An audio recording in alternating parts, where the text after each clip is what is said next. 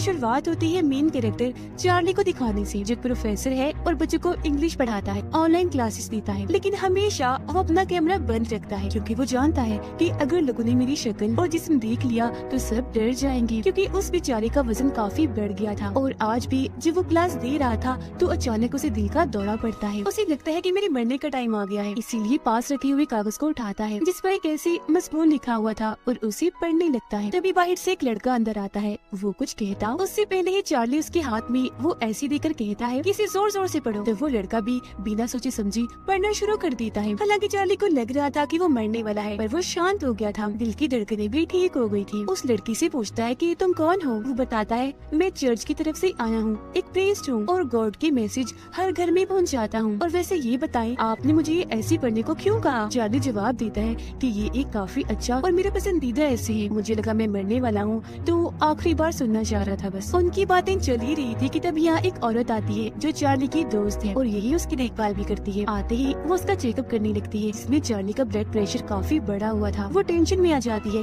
ये सोचकर कि अगर जल्दी से हॉस्पिटल ना ले जाया गया तो ऐसे ही बहुत जल्द मर जाएगा। वो चार्ली को समझाने लगती है कि प्लीज चले जाओ हॉस्पिटल, जिसके लिए वो मना कर देता है कि नहीं मैं नहीं जाना चाहता हॉस्पिटल और वैसे भी मेरे पास इतने पैसे नहीं है। तभी उसकी नजर प्रीस्ट पर जाती है। वो पूछती है कि तुम कौन हो। वो अपने बारे में बताता है, साथ ही वो अपने चर्च का नाम भी बताता है। जो सुन वो चर्च आती है, कहती है कि मुझे उस चर्च से नफरत है क्योंकि उस चर्च के लोग ये झूठे दावे करते हैं कि हम लोगों की जान बचाएंगे, उनकी मदद करेंगे, और अब की बार भी वो यही ड्रामा कर रही है कि हम चार्ली की जान बचाएंगे। प्रीस्ट कहता है ऐसा कुछ नहीं है जैसा आप सोच रही है, हम सच में चार्ली की जान बचाना चाहते हैं, गॉड का मैसेज उस तक पहुंचाना चाहते हैं ताकि उसे भी समझ लग जाए कि गॉड क्या कहना चाहते हैं और फिर उस हिसाब से वो अपनी जिंदगी गुजारे। वो कहती है कि बेहतर होगा तुम यहाँ से चले जाओ क्योंकि ना मुझे और ना ही चार्ली को इन बातों पर यकीन है। चर्च से तो हम दोनों सख्त नफरत करते हैं क्योंकि वहाँ से चार्ली को बस दुख ही मिले हैं। दरअसल चार्ली का सबसे खास दोस्त वही रहा करता था। वो और चार्ली एक दूसरे को प्यार करते थे, लेकिन जब एक दिन उसके दोस्त की मौत हुई तो चार्ली ने टेंशन लेकर अपनी ऐसी हालत कर ली, उसे खतरनाक बीमारी हो गई। इस तरह चर्च से उसे इतना बड़ा दुख मिला। अब ये बातें सुनकर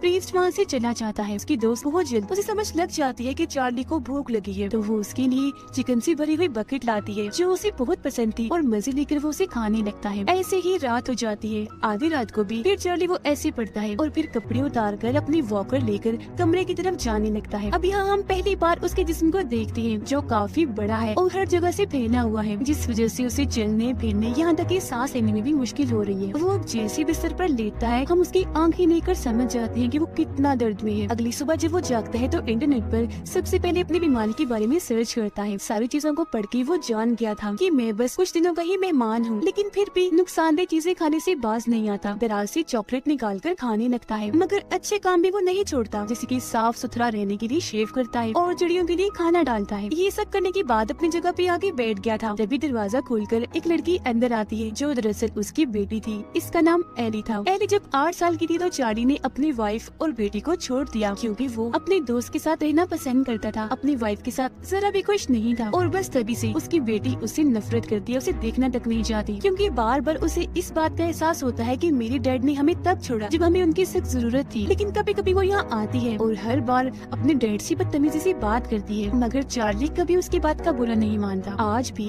वो एक के बाद एक उससे बदतमीजी कर रही थी, लेकिन फिर भी वो अपनी बेटी को मनाने के लिए कहता है कि मैं चाहता हूँ मेरी प्यारी बेटी तुम रोज यहाँ आओ, मेरे पास ही रहो क्योंकि मैं जानता हूँ मेरे पास बस कुछ ही दिन रह गए हैं। इस पर वो जवाब देती है कि मैं हर रोज यहाँ नहीं आ सकती, मेरी पेपर्स आने वाली है और इंग्लिश पेपर की मुझे सबसे बड़ की टेंशन है। चार्ली बोलता है कि मैं तुम्हारी तैयारी करवा दूंगा पेपर्स में क्योंकि मैं इंग्लिश का टीचर हूँ, बस तुम आती रहना। ये बात सुनकर भी उसको तरस नहीं आता, वहाँ से जाने लगती है। तब चार्ली बोलता है कि अगर तुम रोज आती रही तो मेरे अकाउंट में जितने भी पैसे है मैं वो सारे तुम्हें दे दूंगा, तकरीबन 1 लाख से ज्यादा डॉलर्स है। ये बात सुनकर वो चुप हो गई थी, सोच में पड़ जाती है क्योंकि ये एक काफी बड़ी रकम थी। फिलहाल हाँ वो इसलिए नहीं बोलती क्योंकि अभी वो नाराज है। अब अपने डैड को मजीद परेशान करने के लिए दरवाजे पर आती है और कहती है कि अगर आप चाहते हैं मैं रोज आपसे मिलने आऊँ तो अभी बगैर वॉकर का सहारा लिए पैदल चलकर मेरे पास आए। ये भी चार्ली अपनी बेटी के लिए करने को मान जाता है, जबकि वो जानता था कि ऐसा नहीं होगा। वो पूरी ताकत लगा के खड़ा होने की काफी कोशिश करता है, पर बेचारा नीचे गिर गया था, जो देखकर एली यहाँ से निकल जाती है। चार्ली की दोस्त घर में आई। उसका चेकअप करने के बाद सफाई कर रही थी तो उसे एली का लिखा हुआ ऐसे मिलता है। वो समझ गई थी कि यहाँ उसकी बेटी आई थी और पढ़ाई में चार्ली उसकी मदद कर रहा है। वो उसे डांटती है कि तुम भूल गए जब तुम्हारी डिवोर्स हुई थी तब क्या हुआ था, अपनी बेटी से तुम नहीं मिल सकते, ऐसी तुम पर कानूनी कार्रवाई हो सकती है। चार्ली कहता है मुझे इन बातों से कोई फर्क नहीं पड़ता, मुझे अपनी बेटी से हर हाल में मिलना है। जो बात सुनकर उसकी दोस्त चुप हो गई थी। थोड़ी देर बाद वो चार्ली को बर्गर खाने के लिए देती है जिसका एक टुकड़ा उसके गले में अटक गया। उसका दम घुटने लगता है जो देखकर फौरन उसकी दोस्त गले पर थपथपाती है। तब टुकड़ा निकलने से उसकी जान बच पाती है। इस वजह से वो चार्ली से नाराज हो गई। गुस्से में उसे कहती है कि अगर तुम्हें मरना है तो शौक से मरो, पर मेरे सामने न मरना। लेकिन कुछ देर बाद गलती का एहसास होने पर वो चार्ली से माफी मांगती है और बर्गर दोबारा उसे खाने को देती है। अब ऐसे चार्ली की जिंदगी गुजर रही थी। हर रोज वो ऑनलाइन क्लासेस देता था जिसमें बहुत प्यार से पढ़ाया करता था। पर आज क्लास खत्म होने के बाद वो अपनी पुरानी तस्वीर देखता है जिसमें उसका वो करीबी दोस्त भी था। चार्ली उसे याद करने लगा और उस कमरे में जाने लगता है जहाँ वो रहा करता था। दरवाजे पर ताला था। जैसे ही वो दरवाजा खोलता है चाबी नीचे गिर जाती है जिससे अब वो नहीं उठा पाएगा। हालांकि वो काफी कोशिश करता भी है लेकिन चाबी नहीं उठा पाता तो हार मान के वापिस आ जाता है। अब वादे के मुताबिक आज भी एली उससे मिलने आती है। तब बहाने बहाने से चार्ली उसे बात करता है। काफी खुश नजर आ रहा था। वो उसे साथ साथ बता भी रहा था कि तुमने ऐसे में कौन कौन सी गलतियाँ की हैं। जिस दौरान वो ये भी पूछ लेता है कि अपनी मोम को सुनाओ, ठीक है। वो जो सुनकर एली चिढ़ गई, पूछती है कि आखिर आप इस बारे में क्यों पूछ रहे हैं? कभी एहसास हुआ इस बात का कि हमें आपने अकेला कर दिया था और कभी मुड़कर हमारी तरफ देखा तक नहीं? आप एक नंबर के मतलबी खुदगर्ज इंसान है। अपने दोस्त की खातिर हमारे साथ ये सलूक किया। अब मुझे इस बात से कोई फर्क नहीं पड़ता कि आप क्या महसूस करते हैं। आपको अपनी गलती का एहसास है क्योंकि आपकी ऐसी हालत आपके दोस्त की वजह से हुई है, न कि हमारी वजह से। तो मुझे आप पर जरा भी तरस नहीं आता। इतना कुछ सुन के भी चार्ली उसकी बातों को नजरअंदाज कर देता है और बस इतना कहता है कि तुम मेरे लिए एक ऐसी लिख दो कि ज्यादा नहीं कुछ लाइन सब तक मैं अंदर जा रहा हूँ। इतना कहते ही वो वॉशरूम में चला जाता है और फूट फूट के रोने लग गया था क्योंकि आज उसे आंसू कंट्रोल नहीं हो रहे थे। ये चीज एली ने भी महसूस कर ली थी पर उसे कोई फर्क नहीं पड़ता। तभी दरवाजे पर दस्तक होती है। रीस्ट आया था और जब एली को ये बात पता चली कि वो चर्च से आया है तो वो उसे कहती है कि मैं कल दोबारा आऊंगी, तुम भी आना, मैंने तुमसे बात करनी है। इतना कह के वो वहाँ से चली जाती है। अब प्रीस्ट चार्ली को कहता है कि मैं तुम्हारी मदद करना चाहता हूँ। वो उसे अच्छी बुरी बातें बताने लगता है। इस पर चार्ली का जवाब ये था कि मुझे तुम्हारी इन बातों में कोई दिलचस्पी नहीं है। अगर तुम सच में मेरी मदद करना चाहती हो तो मेरे साथ आओ। वो उसी कमरे के पास आता है, नीचे गिरी हुई चाबी उठवाकर कमरा खुलवाता है। ठीक इसी वक्त चार्ली की दोस्त भी आ गई थी। प्रीस्ट को देखकर कहती है कि ये लड़का दोबारा इधर क्या कर रहा है? चार्ली जवाब देता है कि इस पर गुस्सा करने की कोई जरूरत नहीं है, मैंने इसे बुलाया है। वो कहती है अच्छा छोड़ो, ये देखो मैं तुम्हारे लिए क्या लाई हूँ, तुम्हारा गिफ्ट। जो कहकर वो व्हील चेयर बाहर निकालती है जिसके ऊपर बैठकर वो बहुत खुश हो गया था क्योंकि अब वो आसानी से इधर उधर हिल पा रहा था। लेकिन वो प्रीस्ट को कहती है जरा बाहर आना, मुझे तुमसे बात करनी है। बाहर लाकर उसे कहती है दोबारा यहाँ कभी मत आना, ओके? प्रीस्ट मना कर देता है कि मैं ऐसे नहीं कर सकता, मुझे आना ही होगा क्योंकि मैं चार्ली की मदद करना चाहता हूँ इस दर्द भरी जिंदगी से उसकी जान छुड़वाकर। उसकी दोस्त कहती है तुम्हारे लिए बहुत छोटी सी बात होगी पर चार्ली ने और मैंने बहुत कुछ सहा है, बर्दाश्त किया है, जिसके पीछे चर्च जिम्मेदार है। असल में जो चार्ली का दोस्त था वो मेरा भाई था, मगर उनकी गहरी दोस्ती देखकर मेरे डैड को एतराज होने लगा कि दो लड़कों की ऐसी दोस्ती हमारे रिलीजन मजहब में अच्छी नहीं मानी जाती। तो इसलिए उन्होंने मेरे भाई को घर से निकालकर चर्च में भेज दिया। उसे काफी प्रेशर में रखा गया जिससे तंग आकर मेरे भाई ने अपनी जान ले ली। उसके मरने से चार्ली ने इतनी टेंशन ले ली कि उसकी तबीयत खराब हो गई और आज उसकी ऐसी हालत है, वो इतना बीमार है और तभी से हम सभी सदमे से दुखों से गुजर रहे हैं। यही वजह है कि हम हर चीज से नफरत करते हैं, तुम्हें, तुम्हारी रिलीजन को, तुम्हारी चर्च को, किसी को भी पसंद नहीं करते। आगे वो कुछ बोलती यहाँ चार्ली भी आ जाता है। प्रीस्ट को कहता है उठो शाबाश, जाओ तुम यहाँ से। जो बात मानकर वो चला जाता है। थोड़ी देर बाद उसकी दोस्त भी उनके जाते ही चार्ली उस कमरे में जाने की कोशिश करता है। हालांकि रास्ता छोटा था पर फिर भी वो जैसी तैसी चला ही जाता है।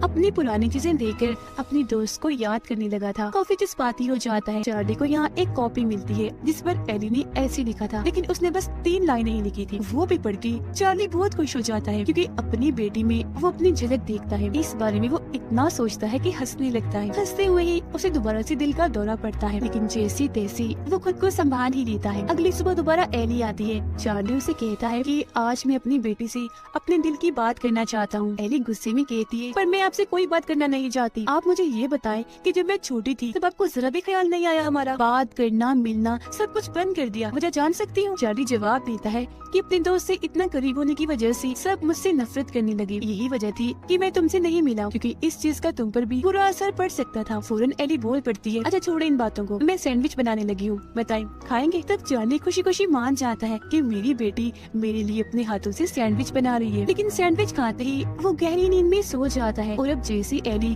उस खुफिया कमरे में जाती है तभी दरवाजे पर दस्तक होती है, क्योंकि प्रीस्ट आया था जिसे एली अंदर खींच लेती है। लेकिन चार्ली की ऐसी हालत देखकर प्रीस्ट घबरा गया था कि इतनी आवाज होने के बाद भी वो नहीं उठा। तब एली उसे बता देती है कि मैंने उनकी सैंडविच में नींद की गोलियां मिला दी थी। जो सुनकर प्रीस्ट डर जाता है कि कितनी अजीब लड़की है और बोलता है कि मैं यहाँ से जा रहा हूँ। एली फौरन बोलती है, नहीं बैठो इधर, कहीं नहीं जा सकती तुम, और अपनी बातों में फंसाकर सिगरेट पीने पर मजबूर करती है। और अब जैसे प्रीस्ट सिगरेट पीना शुरू करता है वो उसकी वीडियो बना लेती है और कहती है कि अब तुम वही करोगी जो मैं तुम्हें करने को कहूँ, वरना तुम जानते ही हो कि मैं तुम्हारे साथ क्या कर सकती हूँ। मैं जानती हूँ कि तुम चर्च से नहीं हो, तो अब सच बताना शुरू करो कि आखिर तुम कौन हो। ये सुनकर प्रीस्ट डर जाता है और भागकर उस खुफिया कमरे में आकर खुद को बंद कर लेता है। एली उस कमरे के दरवाजे पर आके बैठ गई और कहती है, चलो अपनी कहानी बताना शुरू करो। तो अब प्रीस्ट बताने लगता है कि मैं यहाँ चर्च में काम करने आया था, ऐसे लोगों की मदद करता था, पर एक दिन मुझे एहसास हुआ कि मैं लोगों की मदद नहीं कर पा रहा, तो मैंने चर्च वालों को अपना तरीका बदलने को कहा। लेकिन जब उन्होंने मेरी बात नहीं मानी तो मैंने वहाँ के वो सारे पैसे चुरा लिए और भाग गया। जिसके बाद अब मैं रहता तो अलग ही हूँ, लेकिन अभी भी